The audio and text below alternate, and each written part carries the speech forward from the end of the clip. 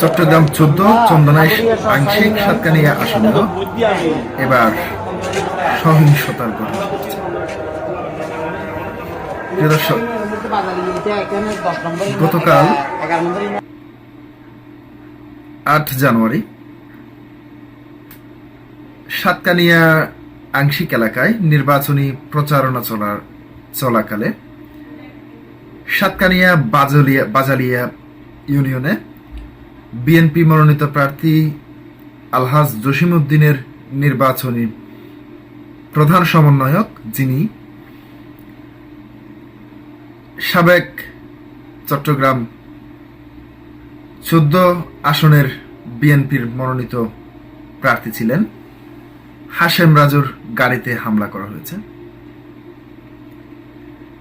প্রিয় দর্শক, এত বছর আমরা জানতাম এই চট্টগ্রাম 14 সাতকানিয়া আংশিক আসনটি খুবই শান্তিপূর্ণ, এখানে কোনো ধরনের বিশৃঙ্খল ঘটনা ঘটতো না।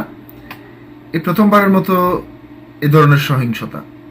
এখনো পর্যন্ত নির্বাচনের আনুষ্ঠানিক যে প্রচারণা সেটি 22 তারিখ থেকে শুরু হবে। এখনো পর্যন্ত এমনি প্রার্থীরা বিভিন্ন জনের ঘরে ঘরে যাচ্ছেন, ভোট চাইছেন, কিন্তু আনুষ্ঠানিক প্রচারণা এখনো বাকি রয়েছে। এর মধ্যে যদি হামলা হয় তাহলে পরবর্তী যে দিনগুলি রয়েছে এই দিনগুলিতে আইন শৃঙ্খলা পরিস্থিতি কিংবা সহিংসতার ঘটনা আরো কতটুকু বাড়বে সেটি বলার অর্থ রাখে না। আজকে পর্যন্তই। আল্লাহ হাফেজ।